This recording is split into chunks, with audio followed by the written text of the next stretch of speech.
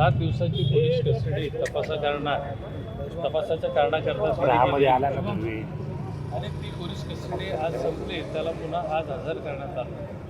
तेव्हा मी एका पीडितेच्या बाजूने कोर्टामध्ये हजर झालो. तर आज कोर्टामध्ये ह्या आरोपीला पुन्हा 7 दिवसाची पोलीस कस्टडी द्यावी असं तपास अधिकाऱ्यांचं म्हणणं होतं आणि तसंच म्हणणं कोर्टापुढे सरकारी वकिलांनी देखील मांडलं. ह्या म्हणण्याला साहजिकच आरोपीचे वकील होते, त्यांनी आक्षेप घेतला. त्यांचं म्हणणं असं होतं की मागच्या वेळी जी कारणं तपासाकरता दिली गेलेली होती तीच कारणं आत्ताच्या ह्या रिमांड रिपोर्टमध्ये देखील त्यांनी टाकलेली आहेत, नवीन असं काही नाही असं त्यांचं म्हणणं होतं. त्यामुळं दिली तेवढे दिवस पूर्ण आहेत, याच्यापुढे मुदत वाढवून देऊ नये असं त्यांचं म्हणणं होतं. तर ह्या सगळ्या प्रकारामध्ये मग मी माझ्या उत्तरामध्ये मी सांगितलं की हा जो गुन्हा आहे याची व्याप्ती फार मोठी आहे.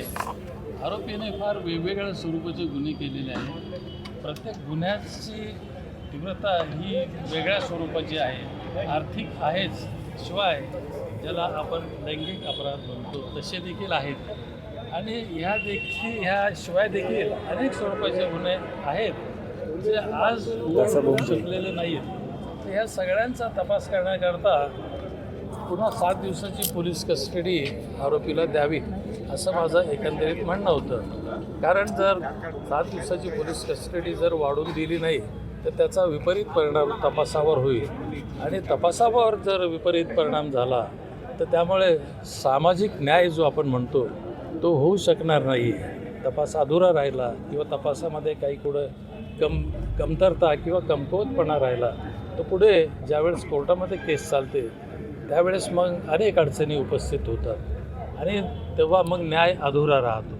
तर ह्या कारणाकरता मी असं सांगितलं की ही जी त्यांनी 7 दिवसाची मुदत मागितली पुन्हा तपासाकरता ती देण्यात यावी असं मी सांगितलं. यामध्ये जे सरकारी वकील होते त्यांनी महत्त्वाच्या मुद्द्यांमध्ये काही गोष्टी मांडल्या की यामध्ये काही प्राण्यांची शिकार झालेली आहे असं ते म्हणाले. हो. तपास त्यांच्या या सगळ्या युक्तिवादामुळे हा तपास भरकटेल असं वाटत नाही का?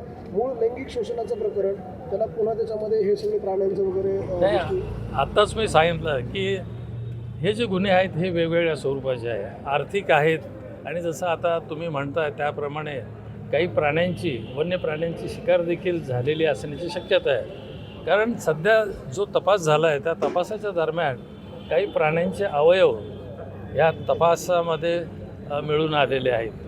तर आता हे अवयव ह्या आरोपीकडे कसे आलेत, त्याने ते प्राण्यांची हत्या केली किंवा अन्य प्रकारे मिळवलेत याची देखील तपास होणं गरजेचं आहे.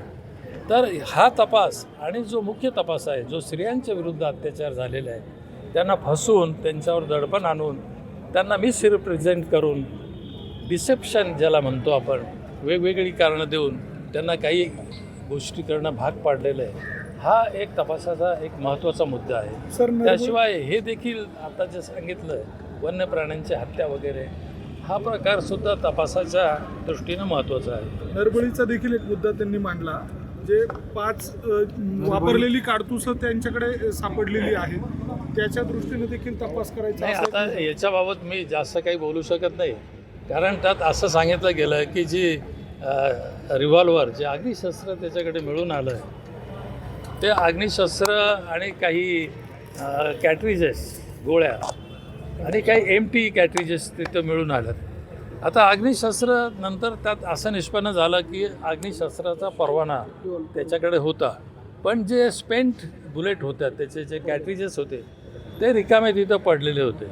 आता त्याच्यावरनं तपासी अधिकाऱ्यांना असं वाटतं की ह्या ज्या बुलेट ज्या आहेत याचा वापर यांनी कुठे केला, म्हणजे कोणाची हत्या करण्याकरता किंवा अन्य कारणाकरता केला, तर याचा त्यांना तपास करायचा आहे.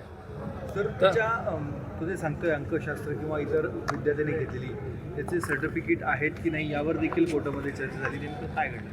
कुठले सर्टिफिकेट? हां अच्छा. तर त्याच्याबद्दल सांगितलं सरकारी वकिलांनी आणि त्यांचं म्हणणं असं पडलं की तपास केला त्यात याच्याकडे ती काही पात्रता दिसून येत नाही आहे, तर त्याबाबतही त्यांना तपास करायचा आहे. कारण त्यांनी प्रिटेन्शन एक असा आभास निर्माण केलेला आहे की त्याला बऱ्याचशा गोष्टी येत आहेत असा आभास निर्माण करून त्यांनी जनतेची फसवणूक केलेली आहे. सर फिर्यादीचे वकील तुम्ही आहात, त्यामध्ये जो फिर्यादी आहे म्हणजे फिर्यादीकडनं तुम्ही बोलले पीडितेकडनं, तर त्या पीडितांचे मोठ्या प्रमाणात व्हिडिओ व्हायरल होत आहे, फोटो व्हायरल होत आहे, त्याच्यामुळे या सगळ्यामध्ये काही परिणाम होईल असं वाटतं का आपल्याला, त्या विशेषतः त्या महिलांमध्ये? हो, जे कोणी पीडित व्यक्ती यात आहेत, मुख्यत्वे करून स्त्रिया, त्यांचे जर व्हिडिओ व्हायरल झालेत तर त्यांच्या दृष्टीनं ती एक बदनामी तर ठरेलच, परंतु सामाजिकदृष्ट्या त्यांची एक मोठी कुचंबणा होणार आहे. आणि आपण समजू शकतो की फॅमिलीतनं त्यांचं जे काही स्थान आहे त्या स्थानालाही त्याला धक्का पोचेल, समाजातही त्यांची बदनामी होईल. एकंदरीत अत्यंत वाईट प्रकार त्यांच्याबाबत सामाजिकदृष्ट्या घडण्याची दाट शक्यता आहे. तर अशा प्रकारचे व्हिडिओ जे आहेत हे समाज माध्यमावर मुळीच प्रसारित होऊ नये आणि ह्याबाबत कडक अशा सूचना संबंधिताकडून म्हणजे पोलिसांकडून ह्या दिल्या गेल्या पाहिजेत. आणि जो कोणी असे व्हिडिओ प्रसिद्ध करेल त्याच्याविरुद्ध कठोर कारवाई ही करणं गरजेचं आहे. सर, कोर्टाने 7 दिवसांची पोलीस कोठडी मागण्यात आलेली होती, कोर्टाने 5 दिवसांची पोलीस कोठडी दिली आहे. आता हे कोर्टाचं डिस्क्रेशन म्हणजे कोर्टाची मर्जी आहे. कोर्टाने विचार केला की 7 दिवस नाही 5 दिवस देऊ, म्हणजे कोर्टापुढं जो रिमांड रिपोर्ट त्यांनी दाखल केला तर रिमांड रिपोर्टचं वाचन करून कोर्टाने असं ठरवलं की 7 दिवसाच्या ऐवजी 5 दिवस देऊ, कारण अगोदर 7 दिवस दिले होते आणि जास्तीत जास्त 14 दिवस पोलीस कस्टडी तपासाकरता देण्यात येते. तर 7 आणि 5 आता 12 दिवस झाले. कदाचित पुन्हा त्यांना हजर केलं तर राहिलेले 2 दिवस देखील कोर्ट वाढवून देऊ शकेल, पण ते त्याच्यावर अवलंबून आहे. पोलिसांनी जर त्यांची बाजू कोर्टापुढे मांडली भक्कम की अजूनही आमचा तपास पूर्ण झालेला नाही आहे आणि काही ठराविक किंवा विशिष्ट मुद्द्यावर अजूनही तपास करणं गरजेचं आहे, तर आम्हाला पुन्हा राहिलेले 2 दिवस वाढवून द्यावे तर कोर्ट देऊ शकतं ते. Okay, thank you.